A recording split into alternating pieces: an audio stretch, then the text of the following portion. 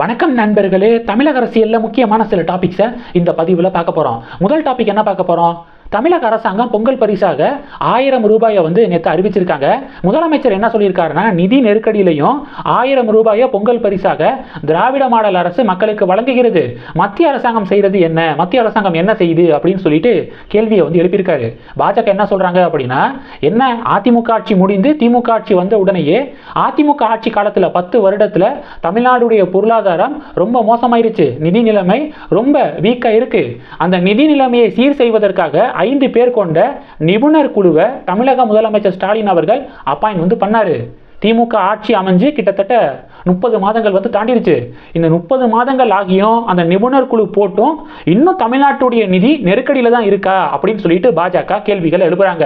அப்ப இப்பயும் 30 மாசத்துக்கு பிறகும் தமிழ்நாட்டுடைய நிதி நிலைமை நெருக்கடியில இருக்கு அப்படிங்கிற வார்த்தையை ஸ்டாலின் அவர்கள் பயன்படுத்துறாரு அப்படின்னா, அப்ப அந்த நிபுணர் குழு எந்த வேலையுமே செய்யலையா அப்படிங்கிற கேள்விகளை பாஜக முன்வைக்கிறாங்க. மேலும் பாஜகவினர் என்ன சொல்றாங்க அப்படின்னா, இந்த 3 வருஷத்துல திமுக ஆட்சிக்கு இந்த 3 வருஷத்துல மட்டும் 2,69,000 கோடி ரூபாய் கடன் வாங்கப்பட்டிருக்கு. தமிழ்நாட்டுடைய கடன் சுமையில 40% கடன் திமுக ஆட்சி காலத்தில் வாங்கப்பட்ட கடன் தான் அப்படின்னு சொல்லிட்டு அண்ணாமலை அவர்கள் கொஞ்சம் நேரத்துக்கு முன்னாடி செய்தியாளர் சந்திப்பில் விமர்சனம் பண்ணியிருக்காரு. இந்த டாபிக் முதல் டாபிக். ரெண்டாவது டாபிக் என்ன பார்க்க போறோம்னா, தமிழக பாஜகவுடைய ஐடி விங் இருக்குல்ல, அதனுடைய தலைவராக நிர்மல்குமார் அப்படிங்கிற நபர் முன்னாடி இருந்தாரு. அவர் பாஜக இருந்து விலகி இப்ப அதிமுக சேர்ந்துட்டாரு.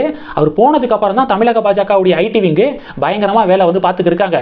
டெய்லியும் திமுக அரசாங்கத்துக்கு எதிராக ஒரு ஹேஷ்டாக் நேஷனல் லெவல்ல ட்ரெண்ட் ஆகுறத நம்ம பார்க்க முடியுது. நரேந்திர மோடி அவர்கள் தமிழ்நாட்டுக்கு வராரு அப்படின்னா வணக்கம் மோடி அப்படிங்கிற ஹேஷ்டாக் 1 மில்லியனுக்கும் அதிகமான ட்வீட்ஸ் அந்த ஹேஷ்டாக் கீழே போடப்படுது. இப்போ தமிழக பாஜகவுடைய ஐடி விங்க்கு மாநில தலைவர், மாநில துணைத் தலைவர் அப்படிங்கிற பொறுப்புகளுக்கு இப்ப நிர்வாகிகளை அப்பாயிண்ட் பண்ணியிருக்காரு அண்ணாமலை அவர்கள் அப்படிங்கிற அப்டேட்டை பார்க்க முடியுது. தமிழக பாஜகவுடைய ஐடி விங்குடைய மாநில தலைவராக MS பாலாஜி அப்படிங்கிற நபரையும், துணைத் தலைவராக மாநில துணைத் தலைவராக இளைய பாரதம் அப்படின்னு சொல்லிட்டு ஒரு யூடியூப் சேனல் வச்சிருக்காரு பார்த்தீங்களா, கார்த்திக் கோபிநாத் அவர்கள். அவர் போடக்கூடிய வீடியோக்கள்லாம் சோசியல் மீடியாவில் அப்பப்ப ரொம்ப வைரலா ஷேர் ஆகும். அந்த கார்த்திக் கோபிநாத் அவர்களை தமிழக பாஜகவுடைய ஐடி விங்குடைய மாநில துணைத் தலைவராக அண்ணாமலை அவர்கள் அப்பாயிண்ட் பண்ணியிருக்காரு அப்படிங்கிற செய்தியை நம்ம கேள்விப்பட முடியுது. சமீபத்தில் அதிமுக இருந்து விலகி பாஜக சேலம் மாவட்டத்துடைய முன்னாள் சட்டமன்ற உறுப்பினராக இருந்த வெங்கடாச்சலம் அப்படிங்கிற நபர் பாஜக சேர்ந்தாரு. அந்த வெங்கடாச்சலம் அவர்களுக்கு தமிழக பாஜகவுடைய கூட்டுறவு பிரிவுடைய மாநில தலைவர் பொறுப்பு இப்ப வழங்கப்பட்டிருக்கு.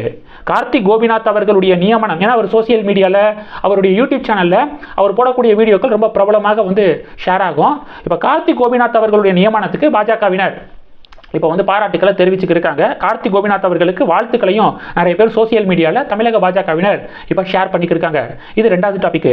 மூணாவது டாபிக் என்ன பார்க்க போறோம்னா, நம்ம இந்தியாவுடைய பெருமை, தமிழர்களுடைய பெருமை. பிரக்யானந்தா இருக்காருல்ல, சர்வதேச செஸ் கிராண்ட் மாஸ்டர் பிரக்யானந்தா அவர்களுக்கு ஸ்பான்சர்ஷிப் வழங்க அதானி குரூப் உடைய தலைவர் கௌதம அதானி அவர்கள் முடிவெடுத்திருக்காரு அப்படிங்கிற அப்டேட்டை பார்க்க முடியுது. கொஞ்சம் நேரத்துக்கு முன்னாடி பிரக்யானந்தா அவர்களும் அதானி அவர்களும் எடுத்துக்கொண்ட புகைப்படம் சமூக வலைதளத்தில் வைரலா ஷேர் ஆகுதுங்க.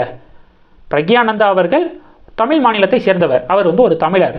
நம்ம தமிழ்நாட்டில் அரசியல்வாதிகள்லாம் எவ்வளவு சொத்துக்கள் வச்சிருக்காங்க, நம்ம தமிழ்நாட்டில் எவ்வளவு பிஸ்னஸ்மேன் இருக்காங்க.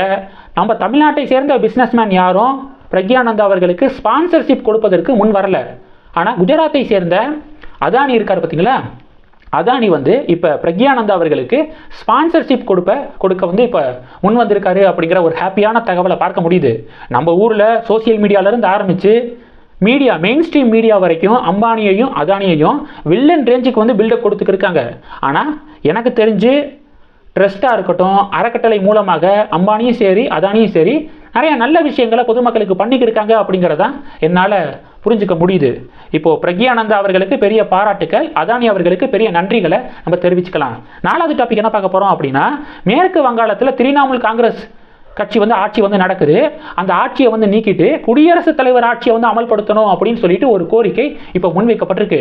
இந்த கோரிக்கையை பார்த்த உடனேயே திமுகவுடைய கூட்டணி கட்சிகள் பாஜக பாசிச பாஜக, பொதுமக்களால் தேர்ந்தெடுக்கப்பட்ட ஒரு ஆட்சியை கலைச்சிட்டு குடியரசுத் தலைவர் ஆட்சியை கொண்டு வரணும் அப்படின்னு சொல்றாங்களே அப்படின்னு சொல்லிட்டு சோசியல் மீடியாவில் பதிவுகள் போட ஆரம்பிச்சாங்க.